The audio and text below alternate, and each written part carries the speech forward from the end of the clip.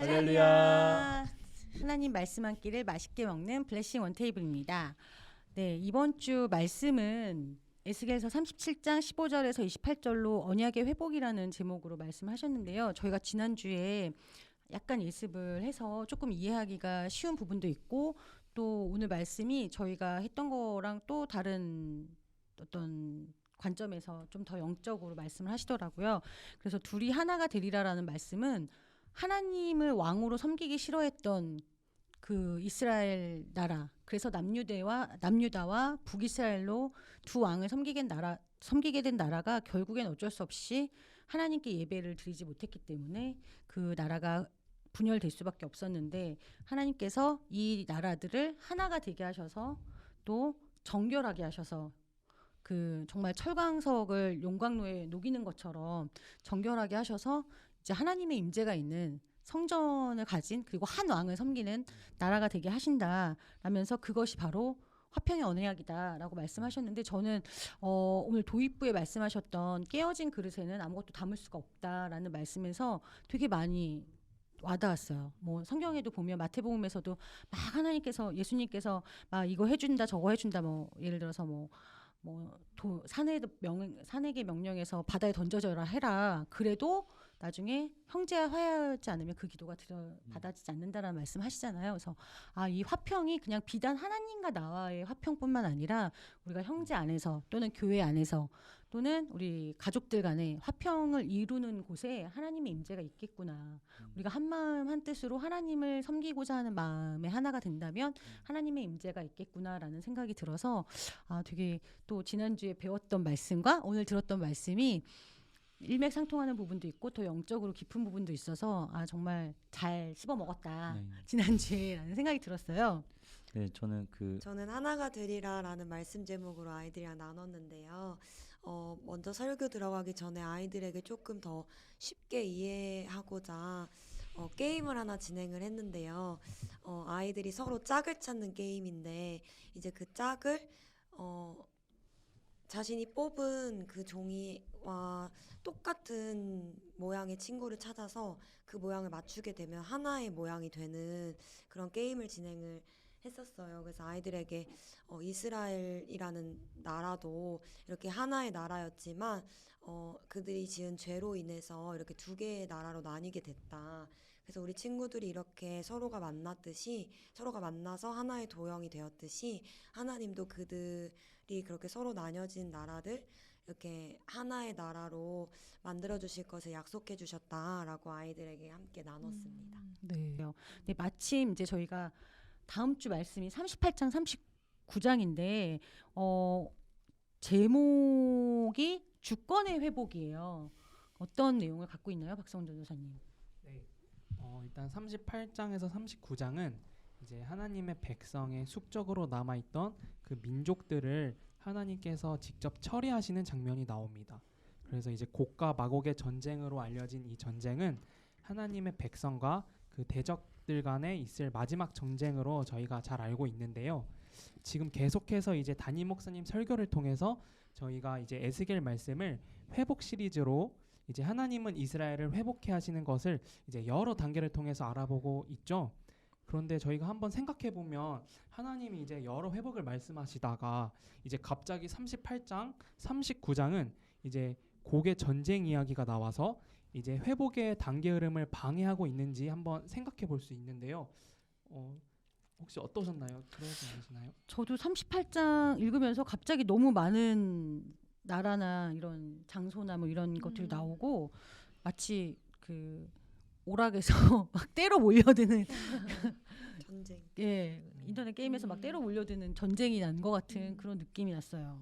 네, 그래서 한번 저도 너무나 궁금하고 이해가 잘 안 돼서 좀 조사를 해봤는데, 이제 그 이유는 이제 하나님 나라의 영원한 회복을 위해서 이제 이 전쟁은 이 대적들이 결국 하나님이 그 대적들을 최후를 맞게 하고 이제 이로써 완성된 하나님의 나라는 더 이상 이제 대적들의 위협을 받지 않는 완전한 평화를 보장받게 되는 것을 강조하기 위해서 이제 이 곡과 마곡의 전쟁 이야기가 나와 있다고 합니다.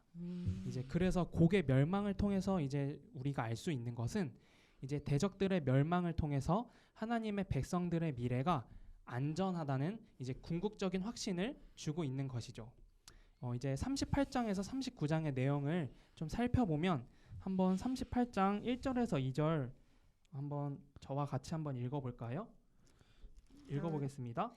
야훼의 말씀이 내게 임하여 이르시되 인자야 너는 마곡 땅에 있는 로스와 메섹과 두발 왕 곧 고게게로 얼굴을 향하고 그에게 예언하여. 네, 이렇게 이제 하나님께서 직접 에스겔에게 예언하는 내용이 나옵니다. 이 예언은 이제 같은 내용을 반복하는 이제 두 개의 이야기로 되어 있습니다. 그래서 38장의 하나의 이야기, 또 39장의 하나의 이야기로 나와 있는데 여기서 우리가 이제 관심 있게 좀 살펴볼 것이 이제 모두 나 주 야훼가 말하느니라라는 이제 말로 하나님께서 직접 말씀하시는 것을 근거로 총 38장과 39장을 7개의 단락으로 나누어 볼 수 있습니다. 그래서 이제 그것을 왜 웃으세요? 7개 단락을 이렇게 7개 단락 7개 단락을 나눠서 이제 그 단락들을 간단하게 한번 살펴보고자 해요. 이제 그 첫째 단락인 38장 3절에서 9절 말씀인데요. 이제 여기서는 이제 이스라엘의 대적들 로스와 메섹과 두발 왕의 이제 곡이 하나님의 백성들을 이제 치기 위해서 거대한 동맹을 맺고 있는 상황입니다. 그리고 이제 두 번째 단락인 10절부터 13절로 여기서는 이제 그 사악한 곡의 의도가 밝혀지고 있는데요. 그래서 이 전쟁의 의도는 포로에서 살다가 고국에 돌아와 평안히 살고 있는 이 하나님의 백성을 공격하고 그 땅을 폐허로 만들기 위한 이 곡의 의도가 나와 있습니다. 그리고 이제 14절에서 16절 세 번째 단락인데요. 이 단락부터는 이 대적들의 공격이 시작됩니다. 그래서 이제 이들은 압도적으로 많은 군대로 이제 이 대적들은 모두 다 말을 탄 대군이고 아주 강한 군대인 것을 우리가 알 수 있습니다. 그리고 이제 38장의 마지막 단락인 넷째 단락인 17절에서 23절인데요. 여기서는 이제 하나님께서 이 무방비 상태인 이스라엘 백성들을 지켜주시기 위해서 직접 이제 전쟁에 개입하실 것이라는 약속이 기록되어 있습니다. 그리고 이제 넘어가서 39장에서는 다섯 번째 단락이 시작되는데요. 여기서부터 이제 두 번째 이야기가 시작되어서 이제 몇 가지 내용을 추구하면서 이 첫 번째 이야기 38장의 이야기를 다시 반복하고 있습니다. 그래서 이제 이 이야기는 이제 대적들 침략군이 하나님의 개입으로 완전한 멸망을 당하게 될 것이라는 예언이 나와 있습니다. 그리고 이제 39장 17절에서 24절 여섯 번째 단락인데요. 이때는 하나님의 대적들이 이제 대적들의 시체를 처리하기 위해서 모든 종류의 새와 들짐승을 부르시고 이 대적들의 시체는 결국에는 희생 제사에 드려진 짐승의 고기처럼 된다는 내용입니다. 그리고 이제 마지막 일곱 번째 단락인 25절에서 27절 말씀인데요. 이렇게 포로로 끌려온 이 이스라엘 백성들은 자신들의 비참한 삶들이 계속되고 결국에는 자신들이 사라져 버릴 것 같은 그 염려, 그런 두려운 생각들이 있었는데 그러나 하나님은 그들을 내버려 두지 않으시고 이제 그들의 백성들을 더 이상 포로로 살게 하지 않을 것이고 이제 그 포로에서 풀려나서 자신들의 고국으로 돌아가 안전하게 살게 되고 이를 통해서 이제 많은 나라들이 보는 앞에서 하나님 자신이 거룩하다는 그 거룩하심을 나타나고 이제 이스라엘 백성들은 비로소 그때 이 하나님이 자신들의 하나님이라는 사실을 알게 된다는 내용입니다. 근데 그 곡과 마곡은 여러 군데에서 본 것 같아요. 이상하게 요한계시록에서도 본 것 같은 기억이 나는데 목사님 짧게 설명 한 번만 해주시겠어요? 네. 마곡은 일단 그 창세기에 먼저 나오는데요. 그 야벳의 아들로 나오거든요. 창세기 10장 이제 2절에 나오고요. 그리고 여기에 또 보다 보면 38장 5절에 나오는 바사와 구스와 붓은 이제 함의 아들들인데 결국에는 이제 처음에는 이제 야벳과 함의 아들들로서 이제 마곡이 이제 등장하는데 여기서 이제 지명으로 쓰였고 그 마곡 땅에 있는 그 왕을 이제 곡이라고 이제 불리우는 거고요. 그리고 또 한 번 나오는 데는 이제 계시록 20장에서 이제 거의 사탄이 마지막으로 패망할 때 그 마곡과 곡으로 묘사되는 것을 볼 수 있습니다. 그러면 이제 이 에스겔서 38장 39장에 나오는 곡과 마곡을 어떤 실체적인 곡과 마곡이라는 것도 있지만 계시록에서까지 나오면 최후에 우리가 이길 그 최후의 사탄 네. 모든 마귀들의 우두머리가 되는 그 사탄을 이기는 하나님의 모습이라고 이해를 해도 되겠네요. 네. 그래도 될까요? 그래서 흔히 이제 계시록의 마곡과 같이 오늘 저희가 예습한 내용은 주권의 회복을 이야기를 하는데 이 주권의 회복에 있어서 이 38장과 39장의 내용들이 이제 우리가 37장에서 한 왕이 다스려야 된다. 그 한 왕의 임재가 있어야 한다라고 끝났다면 그 왕의 통치가 이루어지기 위해서는 그 모든 대적을 없애야 한다라는 내용으로 끝나는 것 같아요.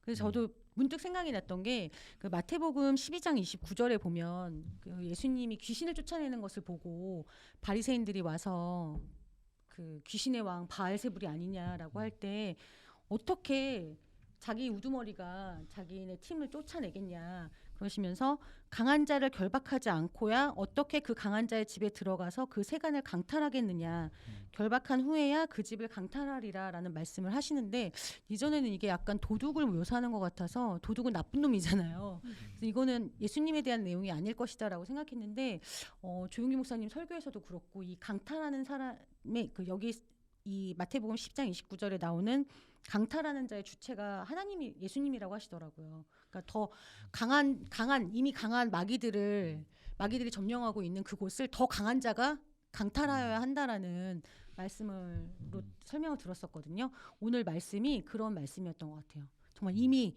너무 대적이 많잖아요. 지금 마곡과 곡과 때로 몰려들고 막 구름같이 다 덮고 막 그게 많은데 하나님께서 이 더 강한 자가 되셔서 네. 이렇게 다 멸망시키겠다. 그래서 안전하게 돌아오겠다라는 말씀으로 끝나게 되는 것 같아요. 그러니까 결국 우리를 대적하는 그 세력도 하나님의 주권 아래 있고 결국에는 하나님의 뜻을 이룬 다음에는 그 대적들도 하나님의 손에 의해서 멸망당하게 될 거라는 거죠. 그러니까 우리가 정말 두려워하고 경외해야 될 것은 우리를 대적하는 자들이 아니라 그 모든 것에 주권을 가지고 계신 그 하나님을 경외함이 좀 우리 안에 있어야 되지 않을까. 그것이 하나님의 백성이 좀 회복해야 되는 모습이지 않을까 좀 생각을 해보게 됩니다. 네. 이렇게 말씀을 다음 주에 들을 말씀인데도 이렇게 나누니까 너무 은혜가 되고 힘이 되는 것 같아요. 네, 여러분 이제 다음 주면 추석인데 저희가 오늘 굉장히 질긴 고기 같은 갈비 같은 말씀을 어려웠습니다. 질겅질겅 씹으면서 나눴는데요. 정말 말씀은 계속 묵상하면 묵상할수록 더 꿀맛이 나는 것 같아요. 그래서 여러분들이 음식도 조심해서 드시고 말씀도 계속 깊이 묵상해 주시기를 바라겠습니다. 그럼 이제 네. 마칠까요? 네. 네. 하나, 둘, 셋. 샬롬.